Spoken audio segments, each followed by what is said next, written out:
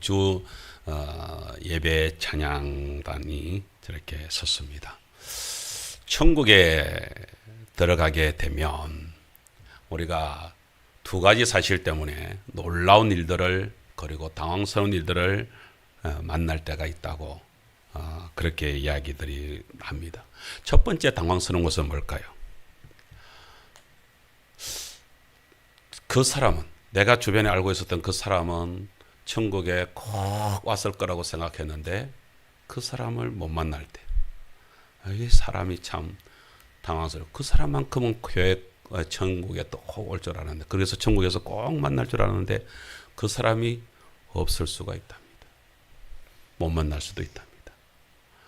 또 하나는요, 그 사람은 천국에 절대 들어오지 못할 거라고 생각했는데 그 사람이 천국에서 만날 때 사람은 엄청 당황한답니다. 우리가 지난번에 우리 그 초대교회 하면서 서대반 집사님이 이렇게 순교를 당했잖아요. 이제 서대반 집사님은 이제 천국에 가 계시겠죠. 그때에 그 서대반 집사님한테 그 죽여라 하고 책임을 졌던 사람이 누구였죠? 사울이었잖아요. 사울이 그 앞에서 그래서 사람들한테 그 옷을 탁 걷어가지고서 그 옷을, 그 겉옷을 벗고 그렇게 그 돌을 던지는 그 의미가 뭔지 아십니까? 자기들이 한 마음이 됐다, 이게 한 마음이. 거기에 총 책임을 지는 사람이 누구? 그게 사울이었어. 그래서 사울이 탁 앞에 서가지고서 죽여라, 던져라. 그러니까 사람들이 일제히 돌을 던져서 서대반 집사를 죽였지 않습니까? 물론 서대반 집사님은 그때 기도했습니다. 저들의 죄를 다 용서해 달라고. 용서해 달라고. 그렇게 하면서 마지막 숨을 거뒀습니다마는 천국에 갔을 때에, 그리고 수년이 지나고 그리고 나서 뜻밖의 천국에 사람들이 들어올 때 서대반 집사님이 다 받지 않겠습니까? 근데 그게 누가 있습니까?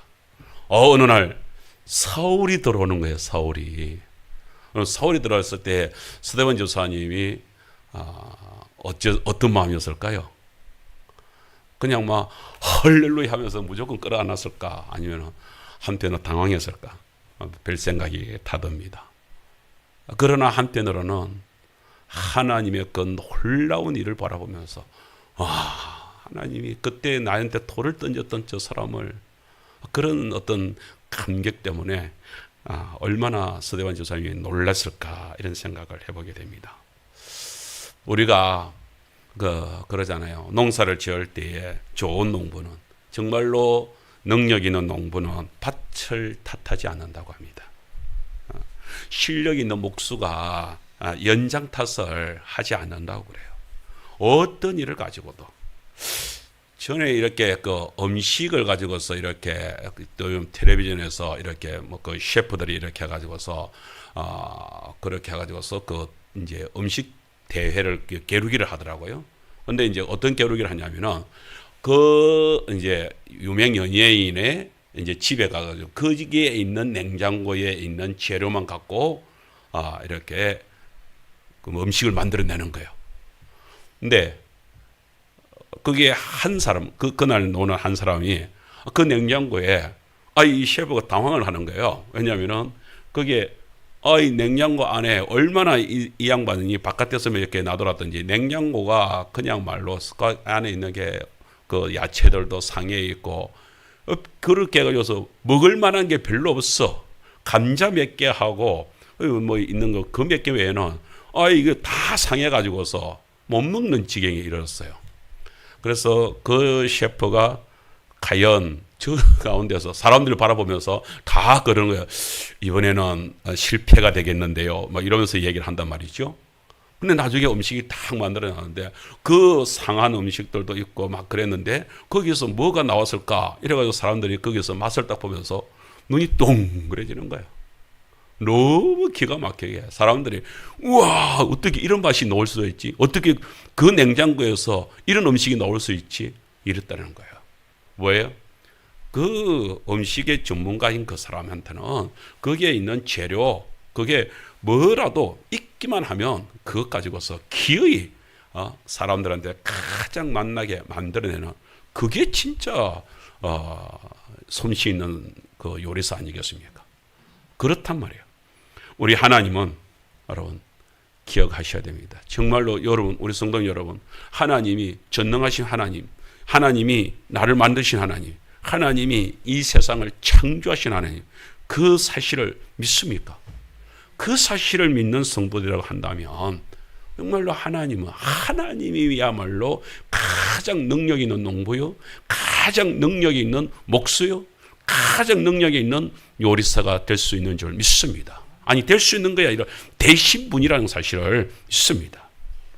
오늘 저는 우리 성도님들과 함께 그 능력이 있으신 분이 오늘 최악의 사람을 최고의 사람으로 바꿔놓는 그 한 장면을 같이 나누면서 은혜를 가졌으면 좋겠다 싶습니다.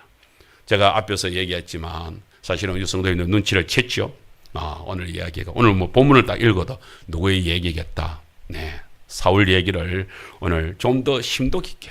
그래서 정말로 그 사울이 어떻게 하나님께서 만지셔서 그렇게 이루시는 일들을, 하나님의 일을 이루어내는가. 그 사실은요, 이건 우리 사울의 문제가 아니라 우리 주변에서, 아니, 성도님, 오늘 이 시간에 우리만 한번 생각을 해보세요. 저와 여러분만 생각을 해보세요. 저는 이번 주에 특별히 이 말씀을 보면서, 이야, 내가 지금 목사가 되어 있어. 이게 지금 정말이야. 내가 몇 번이나 이게 정말이야. 이랬단 말이에요. 오늘 그 최악에 박해져 사울에 대하여서 오늘 말씀을 보겠습니다. 사도행전 9장 1절 2절 말씀을 다시 한번 우리가 보면서 같이 읽습니다. 시작. 사울이 주의 제자들에 대하여 여전히 위협과 살기가 등등하여 대제사장에게 가서 다메섹 여러 해당에 가져갈 공문을 청하니 이는 만일 그 도를 따르는 사람을 만나면 남녀를 막론하고 결박하여 예루살렘으로 잡아오려 함이라 했습니다. 여기 보면은 위협과 살기가 등등하다 이런 표현이 있습니다. 저것은요, 살기가, 위협과 살기, 그러니까 당장이라도 잡히면 잡아 죽이려고 덤벼들어요. 그냥 막 죽여도 무방할 정도로 그렇게, 그러면서 등등하다. 등등하다는 얘기는 숨을 쉰다는 얘기인데, 이건 어떤 숨이냐? 여러분 그런 거 봤습니까? 그 어렸을 때 애들이 막 이렇게 분이 나가지고서 그냥 막 할 때 그냥 막 그냥 뭐 성질을 나는데 어떻게 할 줄 몰라가지고서 뭐 씩씩거리는 거 있잖아요. 그런 어떤 그 성질이 확 돋구지는, 그냥 막 사람으로 치자면은 그냥 막 죽일 듯이 덤벼드는 그런 모습으로 하는 모습, 이게 등등한 모습.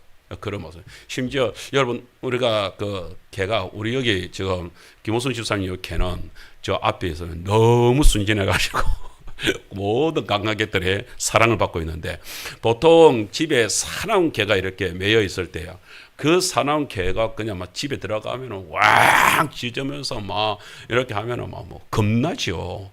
그런데 꽃비가 이제 줄에 매여져 있어서 다행이지, 개줄에 그렇게 매여 있으면서도 막 얼마나 어르렁거립니까? 그런 모습들을 우리는 보게 되는 것인데, 바로 그렇게 씩씩거리는 모습. 지금 이 사울이 지금 예루살렘 교회를 갖다가 지금 박살을 내놨잖아요. 완전 부서뜨렸잖아요. 그렇게 해가지고 거기에 있는 사람들이 딱 흩어졌잖아요.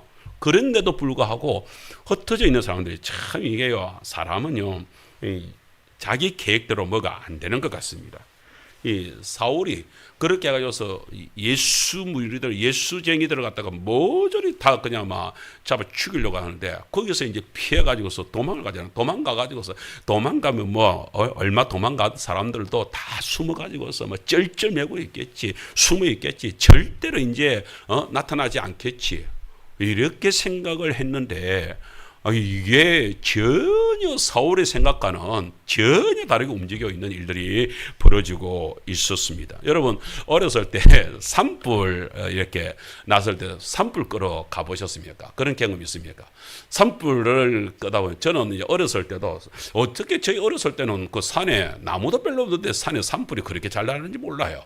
산에 불이 나면은 그러면은 이제 저희들까지도 뭐 아이들까지도 다 동원돼 가지고서 그래가지고서 이제 산불 끄러 갑니다. 그러면 어른들이 솔가지를 이제 꺾어 주시오. 그렇게 해가지고서 이제 그 솔가지를 들고서 이제 그렇게 합니다.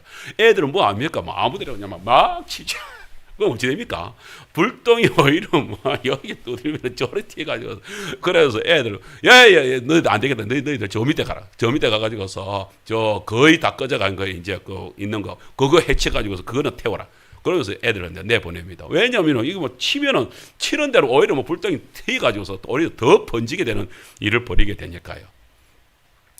사울이 지금 그런 일을 당하고 있습니다. 지금 예루살렘 교회를 갖다가 이렇게 핍박을 해가지고서 박해를 해가지고서 완전히 끝장을 내면은 그렇게 해가지고서 완전히 그야말로 씨를 말리려고 생각을 했는데 이네들이 지금 사방으로 흩어졌는데 나중에 정보를 들어보니까 다메섹에서부터 시작해 어디서든지 지금 곳곳에서 그네들이 여전히 또 복음을 전하고 있다, 예수를 전하고 있다는 소식을 듣는 것입니다.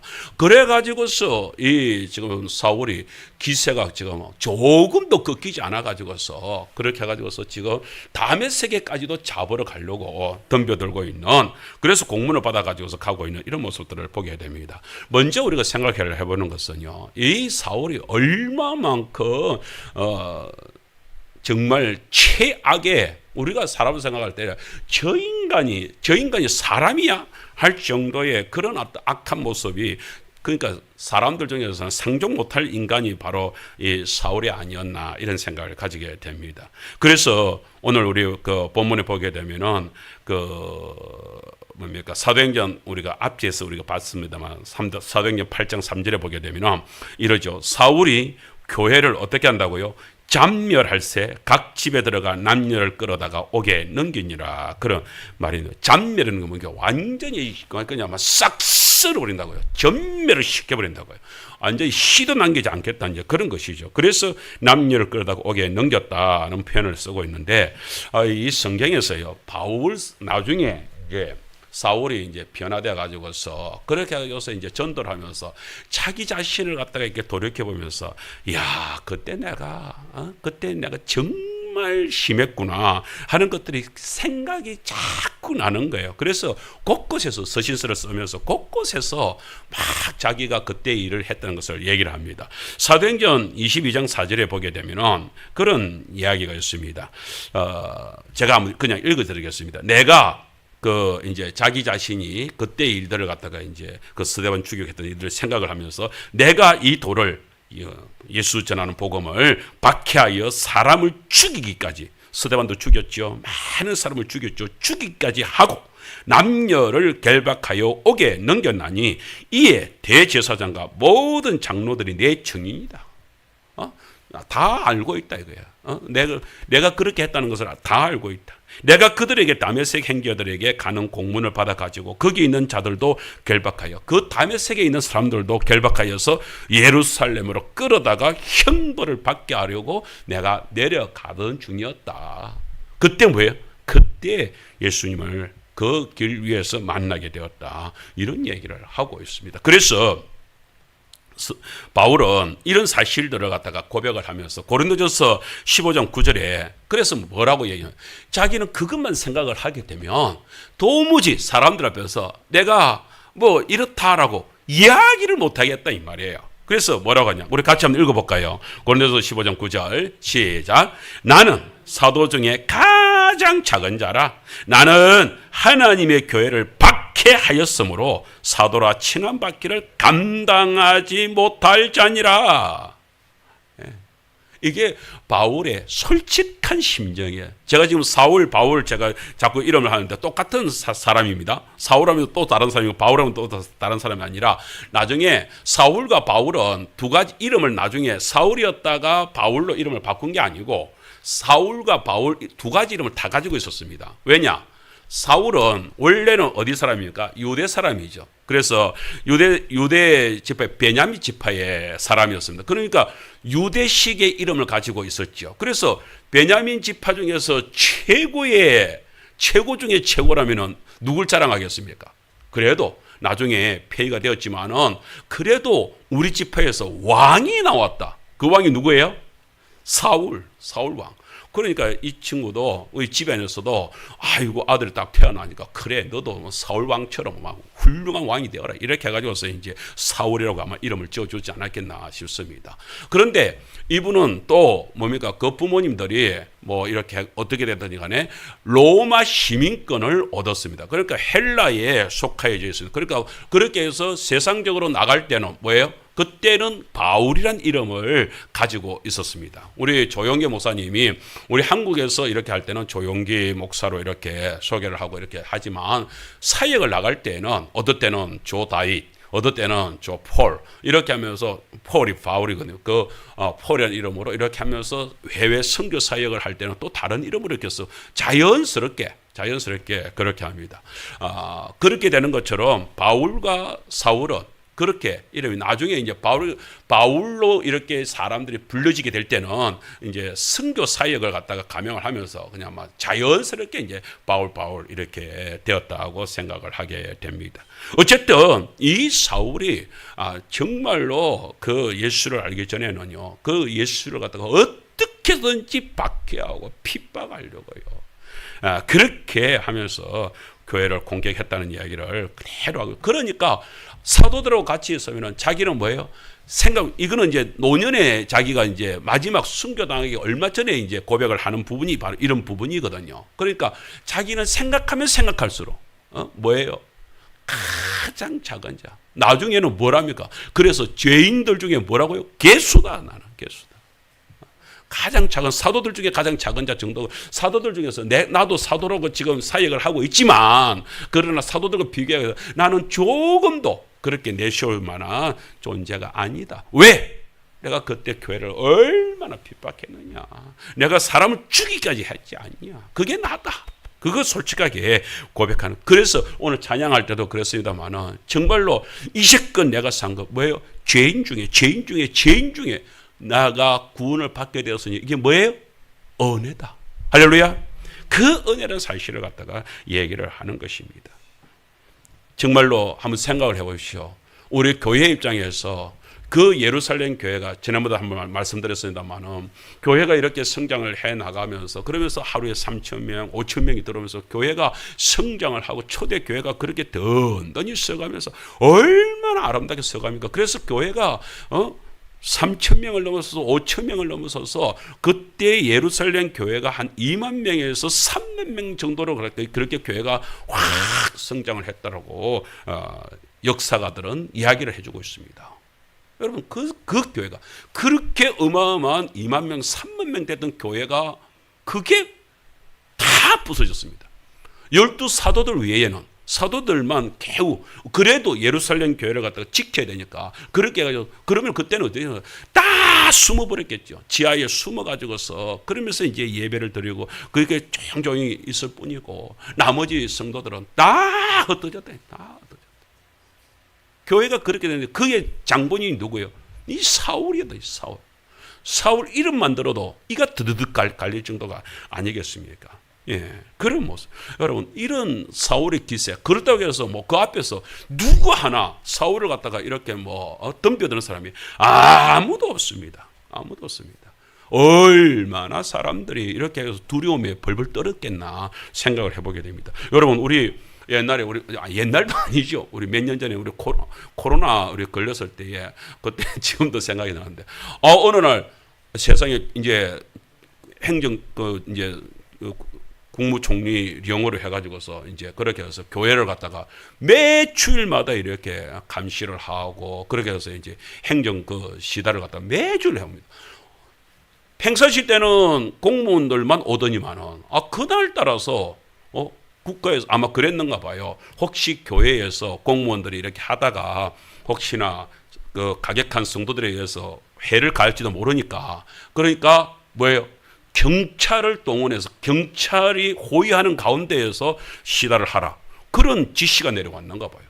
그날 따라서 백차가 여기 앞에 이렇게 교회들 딱 세워놓고 그렇게 하고 나서 우리 교회에 이렇게 와가지고서 이제 맨 직원하고 그렇게 해서 그 경찰 그것도 둘이나 딱 와가지고서 버티고 있는 가운데서 그렇게 해가지고서 지금 그 시달을 하고 있습니다. 그게 내가 직접 내가 하도 기가 차가지고 경찰이 왜 왔냐고 우리가 뭘 잘못했냐고. 그러니까 목사님 그게 아니고 위에서 시달이 경찰을 동행해가지고서 혹시나 모를 그 사고를 방지하기 위해서 그래서 지금 각 지역에 지금 경찰들이 다 파견이 됐습니다.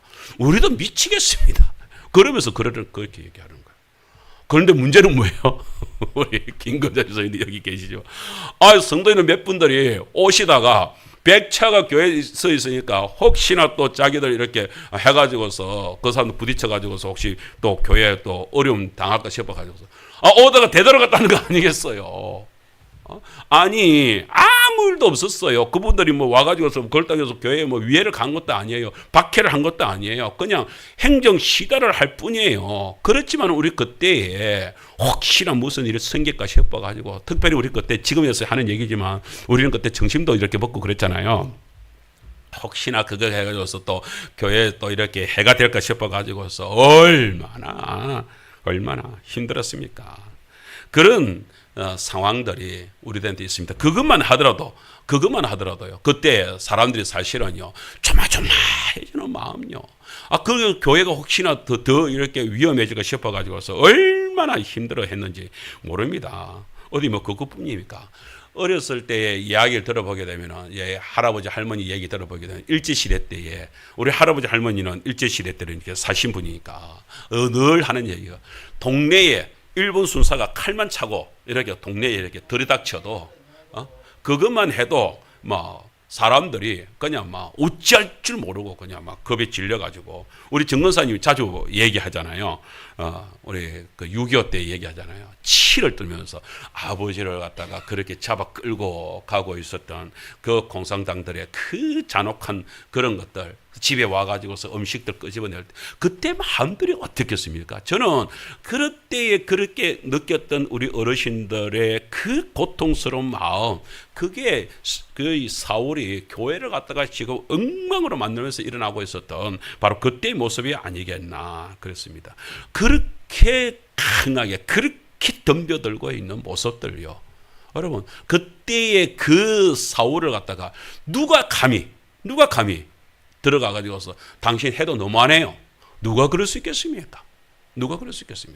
우리가 어떨 때에 이렇게 막 그 뭐 데모를 한다든지 막 이럴 때에 그 이제 그 한쪽에 치우쳐 있는 그쪽에 뭐 아니 데모 얘기보다도 전에 한번 이렇게 제가 야구장에 사직동에 그 야구장에 그 한 번 이렇게 제가 가본 적이 있었는데 제가 처음에 가가지고 뭐가 어디가 어디 자리인지 모르잖아.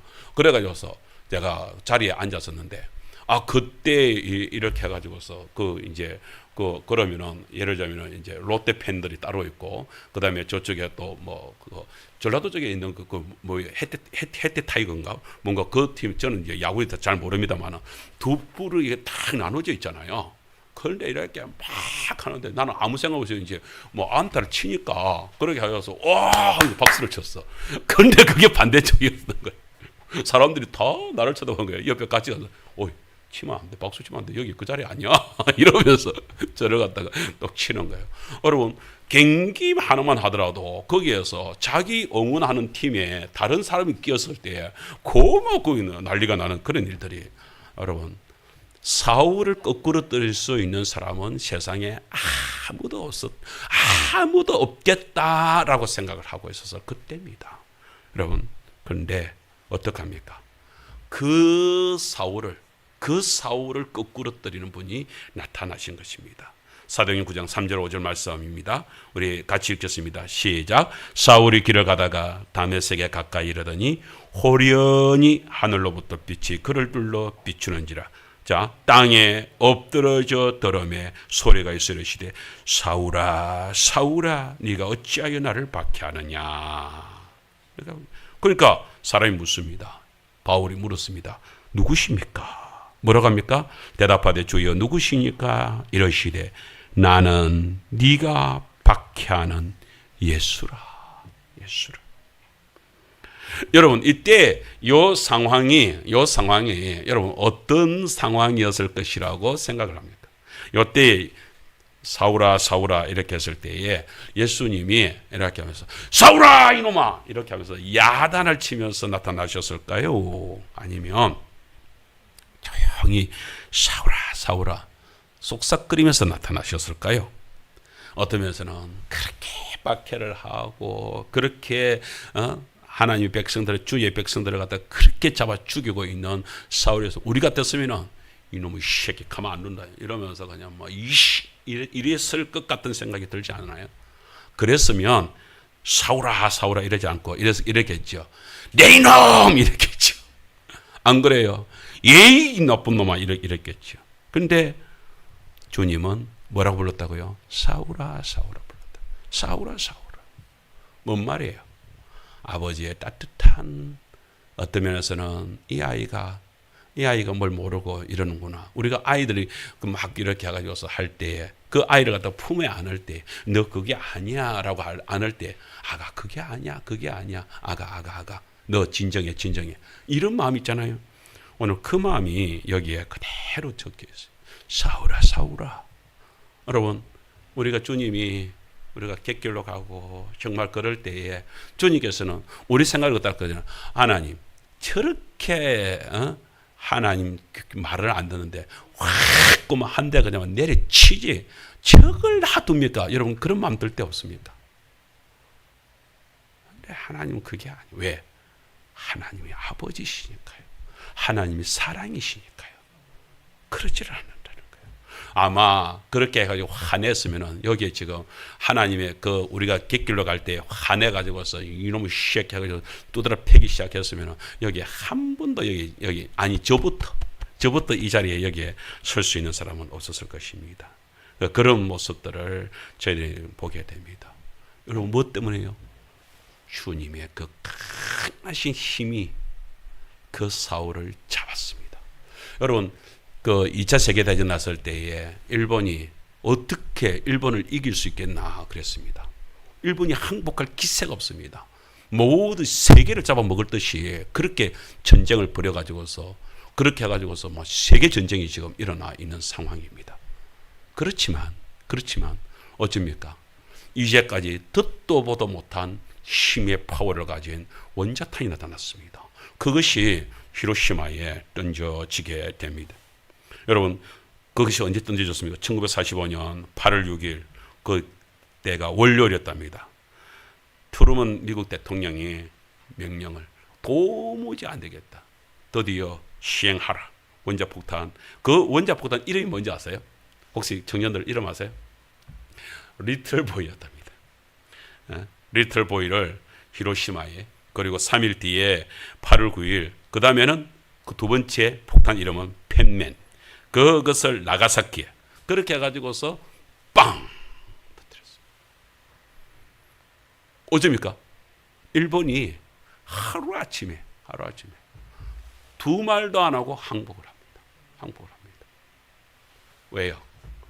더 이상 그때 미국에서 만일에 이렇게 해가지고 두 군데를 갖다가 팍 터뜨리니까 어마어마 이제까지 보도 듣도 못한 일이 꽉 터져 나오니까 더 이상 일본에서는 견딜 수 없는 것이죠. 더 있다가는 어떻게 일본이 박살날 것 같던데 우리나라 박살날 것 같던데 그러니까 손을 드는 거 아니겠습니까? 항복하는 거 아니겠습니까?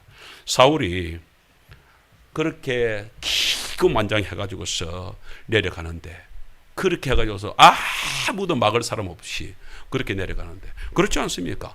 아니 그 예루살렘 부술 때에 예루살렘 그렇게 사람 잡아 죽일 때에 그렇게 그 매질을 가할 때에 조금도 아무런 방해받은 게 아무것도 없습니다. 그런데 그 앞에 주님이 나타나셨습니다. 누구십니까? 네가 박해하는 예수다. 그게 어떤 제가 이렇게 묵상을 하면서 이런 생각이 들었습니다. 일본에 터뜨려진 그 원자폭탄보다 더한 소리가 사울아 사울아 하는 주의 음성을 들을 때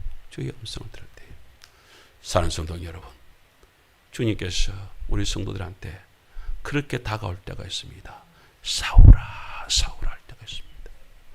여러분, 그때에 고개가 숙여지는 성도들이 되시기를, 무릎이 꿇어지는 성도가 되시기를, 사울은 그 앞에서 엎드러지기까지 그렇게 무릎을 꿇었습니다. 사울은 오늘 누가 선생님이 기록을 할 때는 그 사실을 알려주지 않는데, 바울 선생님이 자기가 자기 자신을 그것을 돌이켜보면서 얘기를 할 때 이렇게 이야기를 합니다. 그때 있었던 부분을 이렇게 얘기합니다.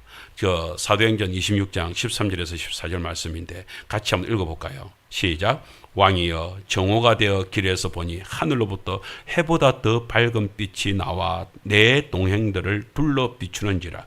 우리가 다 땅에 엎드러지며 내가 소리를 들으니 히브리 말로 이르되 사울아 사울아 네가 어찌하여 나를 박해하느냐.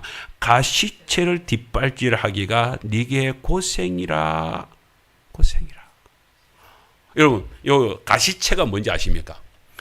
가시체, 여러분, 이스라엘 소를 갖다가 이렇게 소 쟁기질 하잖아요. 그러면은 소가 어떻게 버티고 안 가려고 그러잖아요. 근데 안 갈 수 없도록 하는 방법이 뭐냐면, 그 소가 이렇게 가게 되면은 뒤에 가시를 갖다가 이렇게 딱 있어가지고 이렇게 하면서 소가 이렇게 딱 가면은 발을 갖다가 안 떼고 딱 버티려고 하면은 그게 가시가 이렇게 해가지고서 소 뒤꿈치를 이렇게 탁 찌른대요. 그러면 소가 놀래가지고 다시 탁 이렇게 하기 위하여서, 그렇게 해서 소가 빨리 가게 하기 위하여서, 그래서 가시체를 달아는. 근데 주님이 그 사울을 바라보면서, 사울이 지금 하는 짓거리를 바라보면서 뭐예요? 네가 지금 하지 말아야 될, 정말로 그래야 되는데 네가 지금 그렇게 해서 어거지로 가시체에 치려가지고서 그렇게 해서 어거지로 가는 것처럼 네가 지금 이렇게 교회를 핍박하고 있는 모습이 내 눈에 보인다. 그런 얘기를 하는 것입니다. 사울이 그 말을 들었을 때 얼마나 충격이 컸을까. 자기는 지금 이 말이 지금 히브리 말로 이렇게 얘기를 하고 있으니까 이게 지금 뭔 말인지 몰라요. 같이 가는 사람들은 아마 로마 군인들도 같이 이렇게 가고 있을런지도 모르죠. 다른 사람들은 그 소리가 뭔 소리인지 못 알아들어. 그런데 사울은 자기가 히브리 잘 알고 있으니까 두고 뚜렷하게 알아요. 그래서 자기가 막 그렇게 히브리 말로 똑같이 이제 질문을 했겠죠. 주님 누구십니까? 여기서 말하는 주님은 예수님을 두고 하는 얘기가 아니라 일반적으로 그냥 선생님 하는 식으로. 근데 지금 말하고 있는 당신이 누구십니까? 그때 이야기가 들었다 이게 뭐라고? 나는 네가 박해하는 예수다 얘기를 들었다 이 말이에요. 예수다.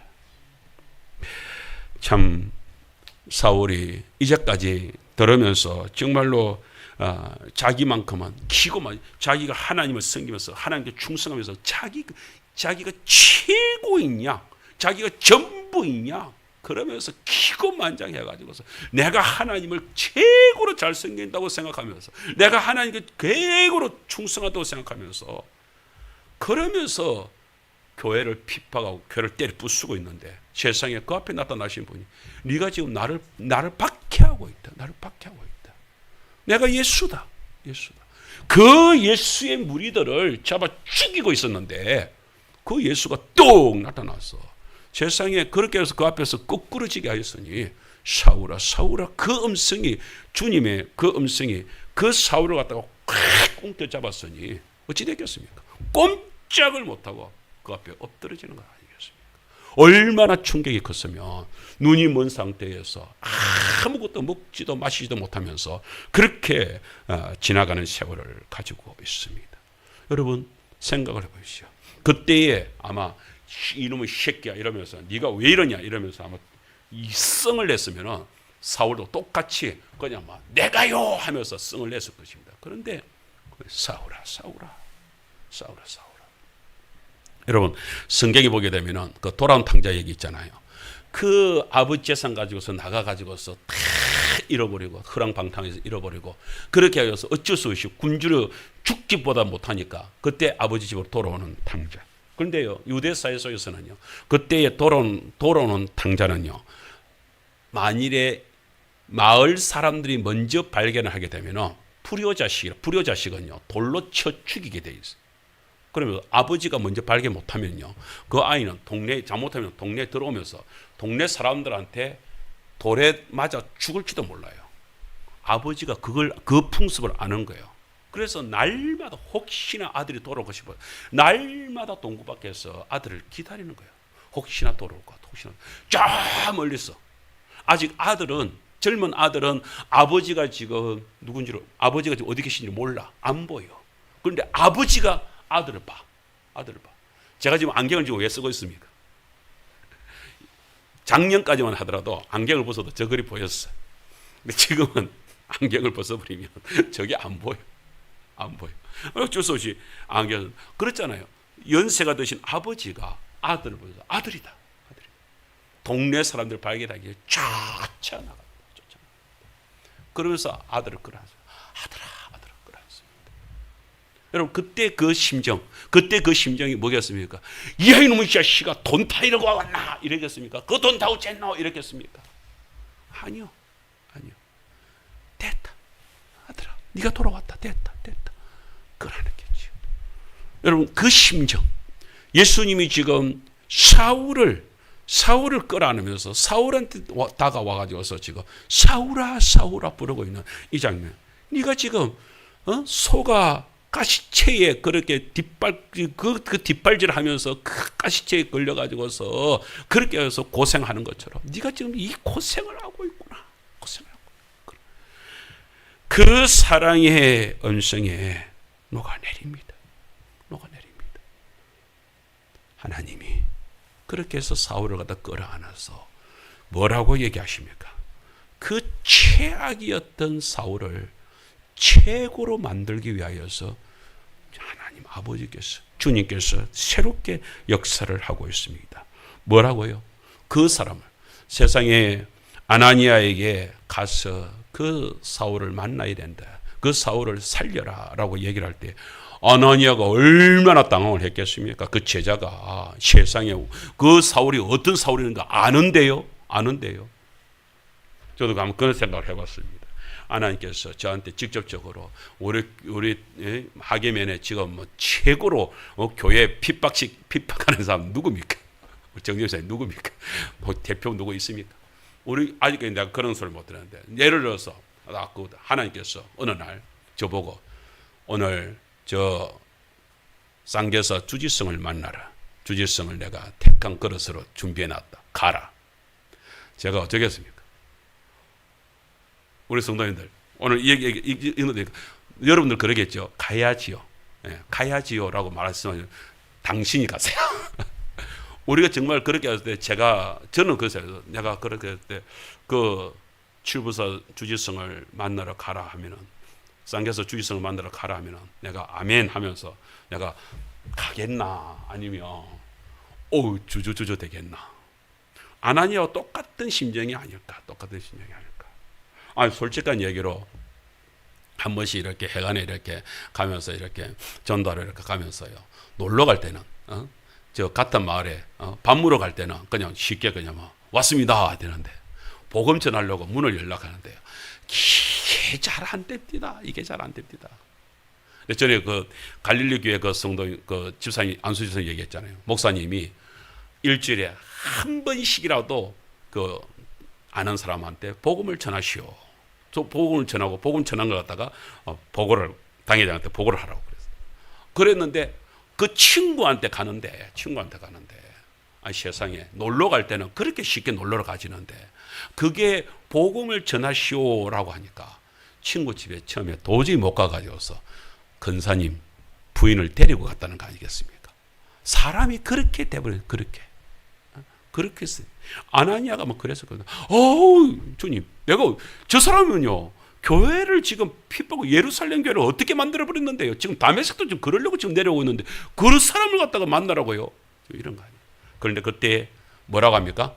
자, 사도행전 9장 15절 말씀 이렇게 합니다. 주께서 이러시되 가라. 그래도 가라. 이 사람은 내 이름을 이방인과 임금들과 이스라엘 자손들에게 전하기 위하여 뭐했다? 따라합시다. 택한 나의 그릇이라. 택한 나의 그릇이라. 내 이름을 위하여 택한 나의 그릇이라.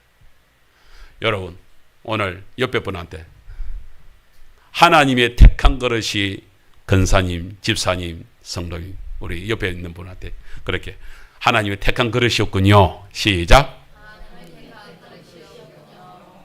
할렐루야. 내가 하나님의 택한 그릇이었다네.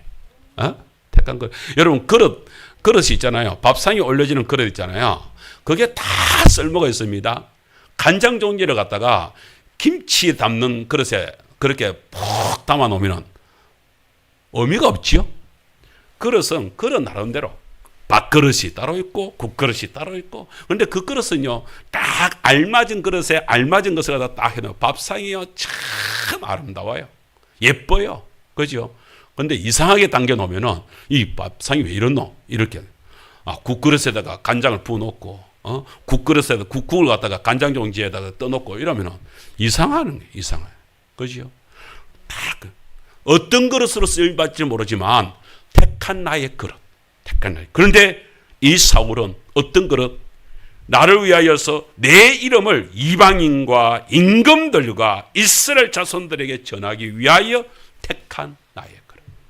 오늘 우리들도 목사는 목사대로, 우리 장로님은 장로님대로, 권사님은 권사님대로, 집사님은 집사님대로, 우리 성도님은 성도님들대로 나름대로 내가 주님의 부르심을 받을 그날까지는 뭐예요?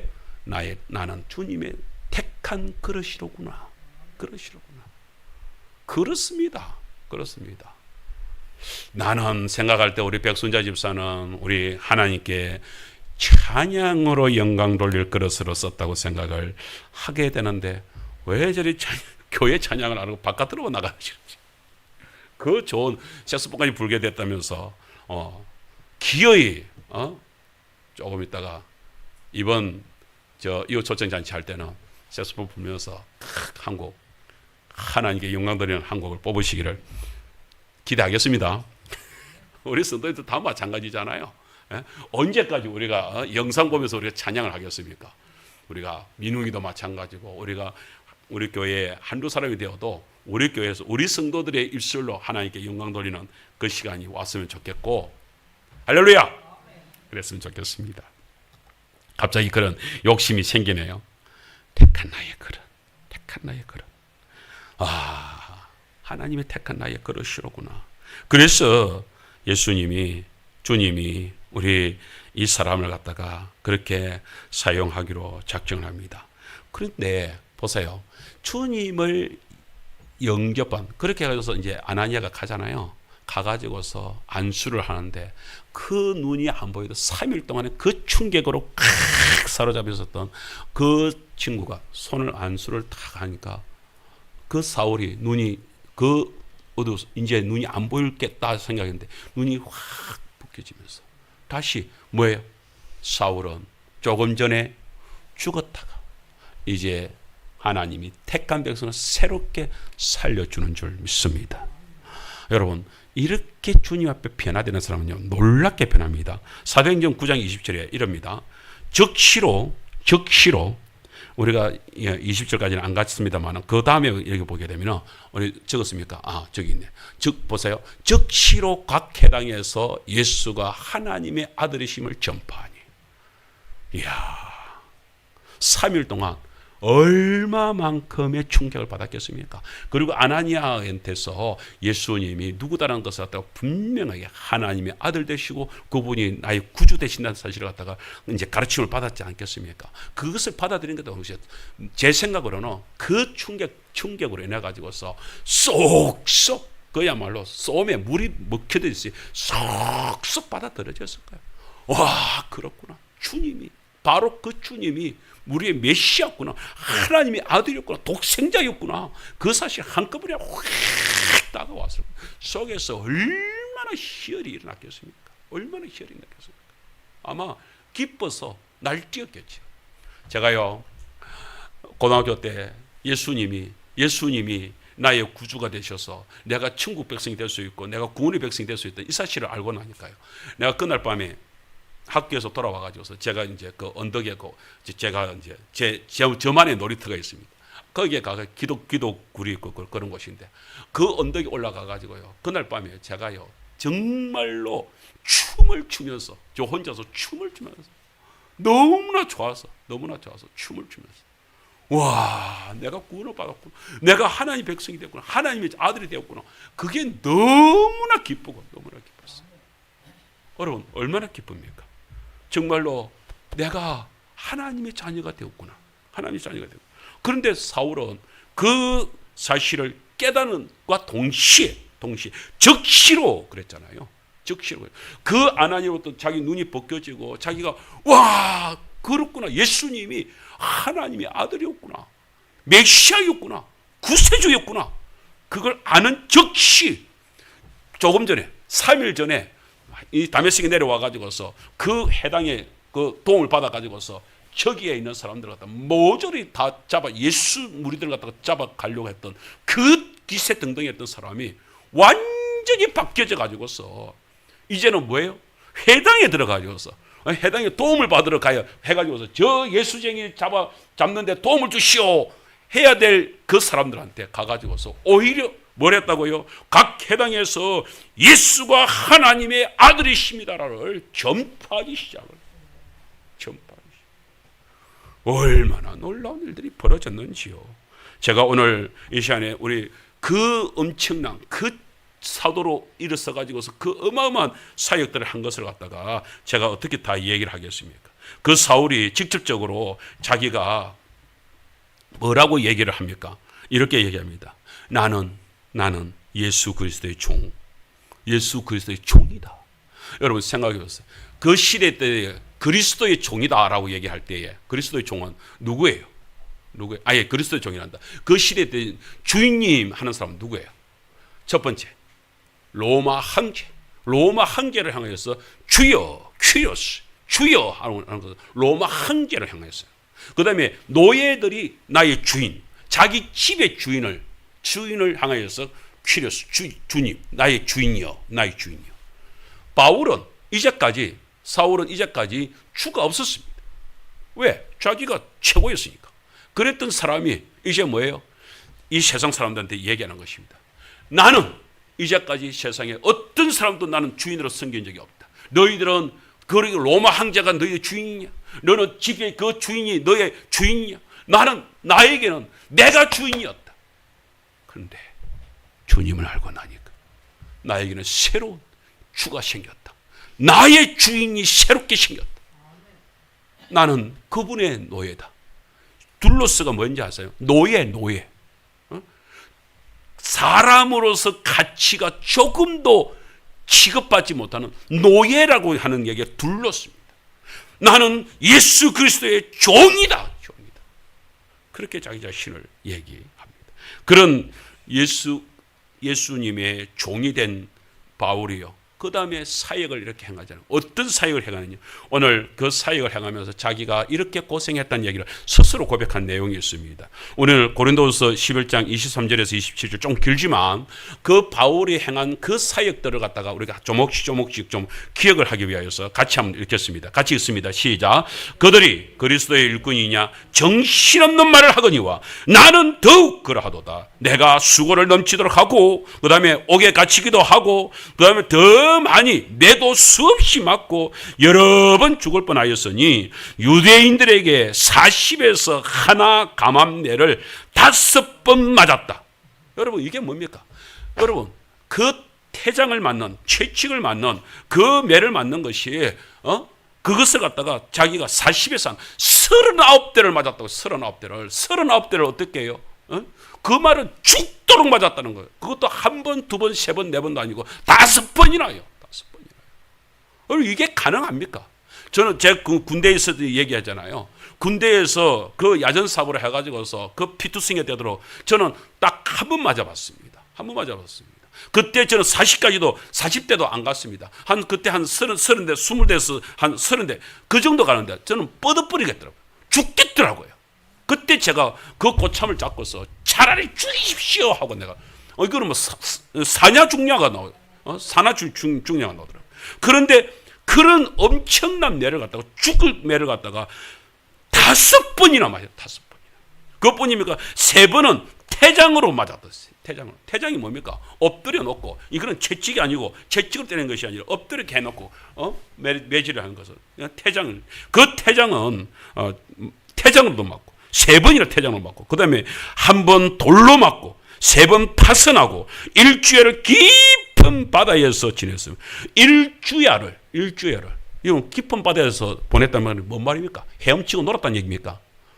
빠져가지고서 헤어날 길이 없어가지고서 그 속에서 정말로 죽다 살아났다는 얘기를 하는 거예요. 여러 번 여행하면서 강의 위험, 강도의 위험, 동족의 위험, 이방인의 위험, 시내의 위험, 광야의 위험, 바다의 위험, 거짓 형제들이 온갖 모략으로 깨닫고 자기를 갖다가 괴롭히려고 죽이려고 했던 그런 모든 위험을 당했다.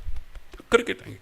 나는 수고하며 애쓰고 여러 번 자지 못하고 줄이며 목마르고 여러 번 굶고 춥고 헐벗었노라. 지금 바울이 지금 자기 자신을 자랑하는 겁니까? 아니요. 내가 그렇게 사람을 죽였다.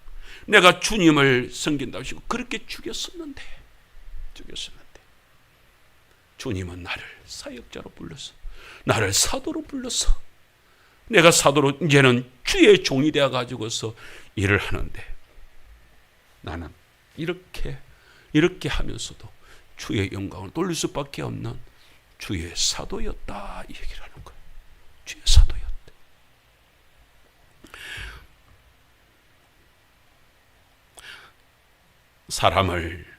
사람을 이렇게 변화시켜 나가는 놀라운 일들을 누가 하셔요?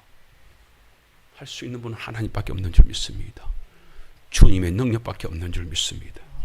제가 이런 사실들을 알면서 사울만 이렇게 변화시켜서 성경에 보더라도요, 많은 사람들이 하나님을 만나가지고요, 그런 삶의 변화가 일어나. 그런 사람들 중에서 저는 그 구약의 룻이 있죠. 룻을 보세요. 그 참 나오미 시어미를 따라서 그냥 어머니 모시겠다고 했는데 그렇게 인생의 전환이 이루어져 놀라운 일들이 일어났잖아요. 그런 일들이 세상에 너무나 많이 있습니다. 특별히 저는 이번 주에 성경 공부하면서 우리 그 장건사님 집에 가서 장건사님 성경 공부하면서 장건사님 전도하신 분 한 분 얘기를 들으면서, 이야, 사람이 이렇게도 하나님이 변화시키는 일 이렇게도 변화시키는구나. 장건사님이 지금도 그분하고 전도하신 분들하고, 우리 뭐 여기 우리 윤승 목사님도 계시지만 전도하신 분들하고 지금도 이렇게 교제를 나누고 전화 연락을 하고 서로 위로를 주고 이러고 있더라고요. 그날도 이렇게 가가 수요일에 이제 가가지고서 이제 말씀 공부를 시작을 하려고 하는데 전화가 오는 거예요. 그래서 전화를 받더라고요. 여보세요. 전화를 받더라고요. 그럼 항집사 그러더라고요.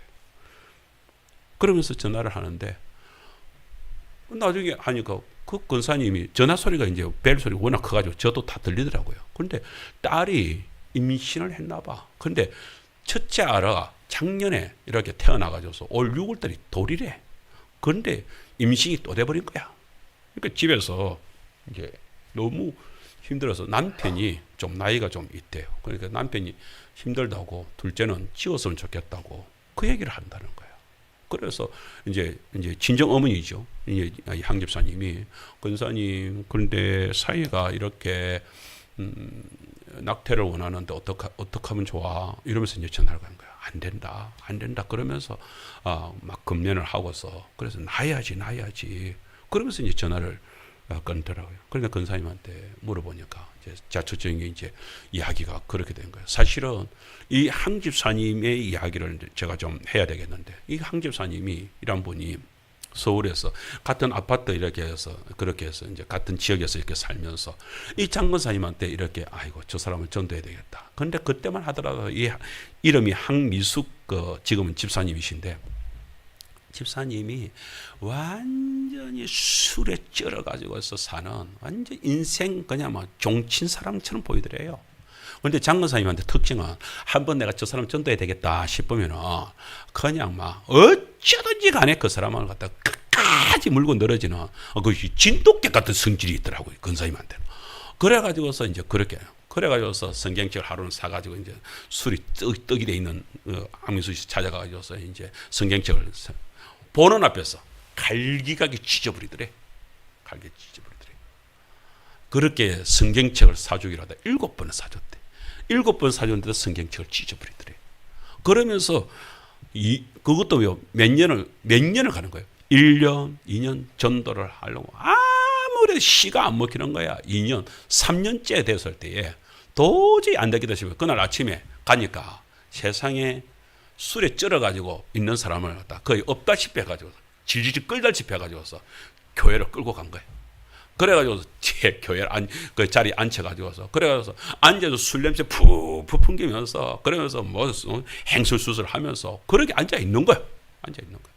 그래가지고서 권사님이 이렇게 이제 설교 끝나고 나서 이제 목사님이 이제 새 가족 이제 초청이란다. 그 새 가족 이제 인사시킬 때 그래서 황미숙 성도님 하는데 자기 스스로는 대답은 왜 이제 소리 이제 해꼬부러진 소리를 하는데 그러면서 일어나 손 이제 표시를 못하는 표시 어디 그런 게 이제 장로사님이 손을 들어가지고서 표시를 해가지고 그렇게 해가지고서 그렇게 해서 이 어거지로 이제 옆에서 부추를 이렇게 세워가지고 그래서 목사님 축복을 받고 그때부터 장로사님이 협박을 한 거예요. 협박을 뭐라고 협박했냐?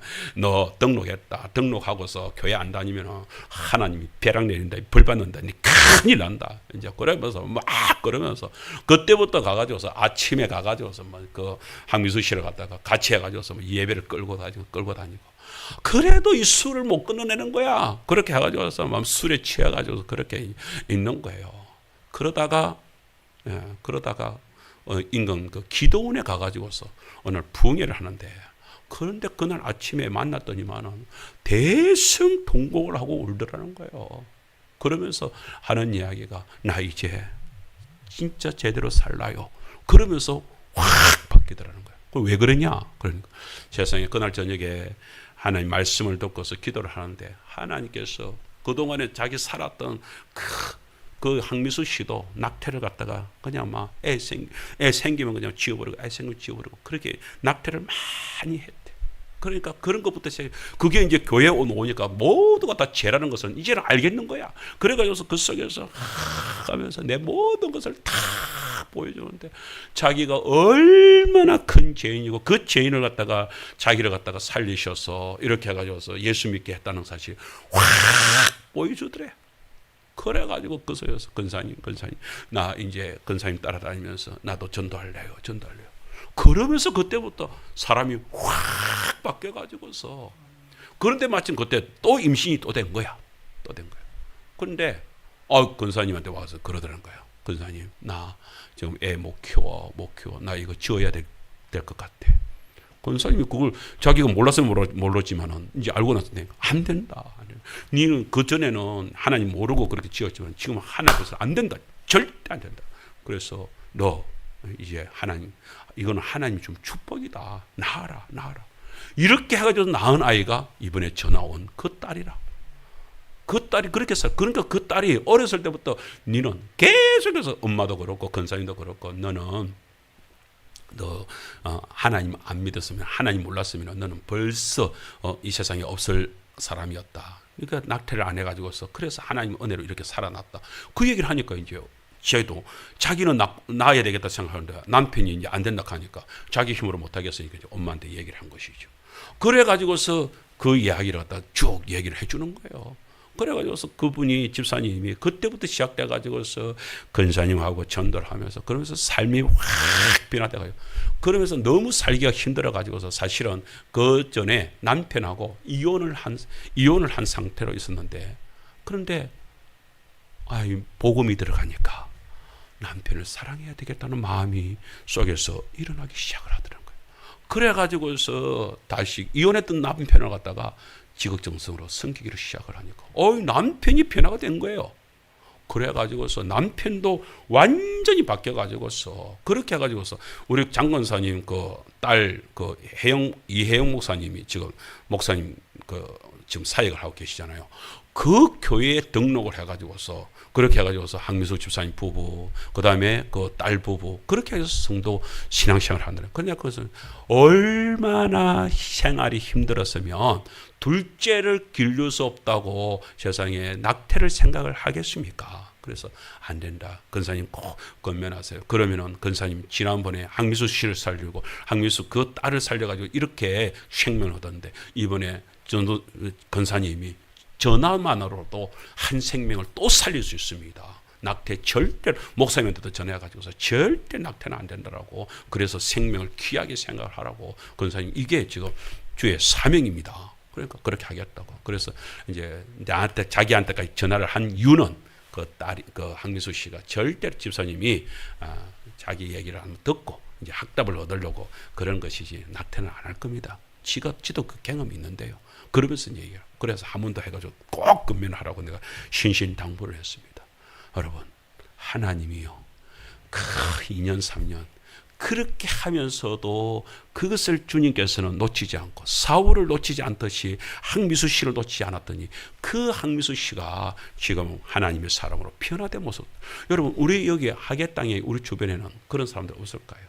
있을 겁니다. 저는 지금 오늘 이렇게 양복을 이렇게 왔잖아요. 주일날 저는 이렇게 양복을 입을 때는 특별히 이렇게 성례식 했을 때 가운을 입을 때에 제 마음속에는 항상 드는 생각이에요. 그런 생각이 드는 거예요. 제가 어렸을 때 저는 맨날 이상하게 저는 이상하게 다른 것으로 이렇게 욕심이 없고 이상하게 스님이 그렇게 멋있게 보이는 거야. 스님이.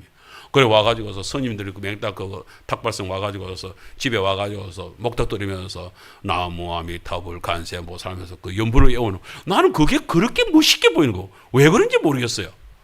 그렇게 멋있게 보였으니까 내가 목사기 길로 멋있게 보였는지 모르겠는데 하여튼 간에 그렇게 해서 중이 되겠, 스님이 되겠다고 훌륭한 스님이 되겠다고 그랬던 점이다. 그래서 날마다 학교에서 옛날에 중학교 때 초등학교 때 이렇게 해가지고서 어렸을 때 저는요 할아버지한테 부탁해요. 머리도요 백골로 그 중물 있잖아요. 완전 그 백골로 그러거든요. 면도칼로 해가지고 우리는 이발가 면도칼로 해가지고 다 꼬리 밀고요. 그래가지고 맨날 나무합니다. 이랬던 사람이란 말이에요. 그랬던 내가 그 가운을 입을 때 내가 어떤 생각이 드냐면 이야 내가 목사가 아니었더라면 내가 지금 이게 지금 이 성례복이 아니고 내가 장산복을 했거든요. 나무아미타불 간셈보살 내가 지금 목탁 두드릴 사람인데 근데 하나님 은혜로 나를 갖다가 이렇게 주의 사람으로 목사로까지 만드셨구나. 그러니 제가 우리 어머니가요 예수님을 믿고 나서 그러면서 가정에서 예배를 드리면요 우리 최순자 어르신이 목사님 교회 다니면서 예수님 믿고 교회 다니면서 너무 행복합니다. 저희 어머니가 그러시는 거예요. 어머니가 우리 가족들과 함께 예배 드리는 게 그냥 뭐 덕담하라면 덕담이 아니고 맨날 울시면서 어머니가 하시는 말씀이 내가 예수 믿고 이렇게 우리가 교회 다니고 우리 같이 예배 드리는 것이 너무 행복합니다. 너무 행복합니다. 내가 주일날 정말로 그런 마음이 드는 거예요. 이렇게 가운을 입고 이렇게 내려올 때에 하나님 나한테 감히 나 같은 존재한테 이런 종한테 이런 은혜를 주셨습니까? 이런 목사의 직을 주셨습니까? 감사합니다. 행복합니다. 이게 그냥 뭐 저절로 그렇게 되는 거예요. 성도 여러분, 예수 믿은 것이 예수 믿고 구원받은 주의 백성 된 것이 감사합니까? 우리 한번 손을 모으면서 감사합니다. 주님의 은혜로 성도된 것이 하나님 앞에서 행복합니다. 할렐루야. 그 행복과 그 감사가 넘치시기를 주님을 축복합니다. 기도하겠습니다. 오늘 이 시간 우리 한번 이렇게 기도했으면 좋겠습니다.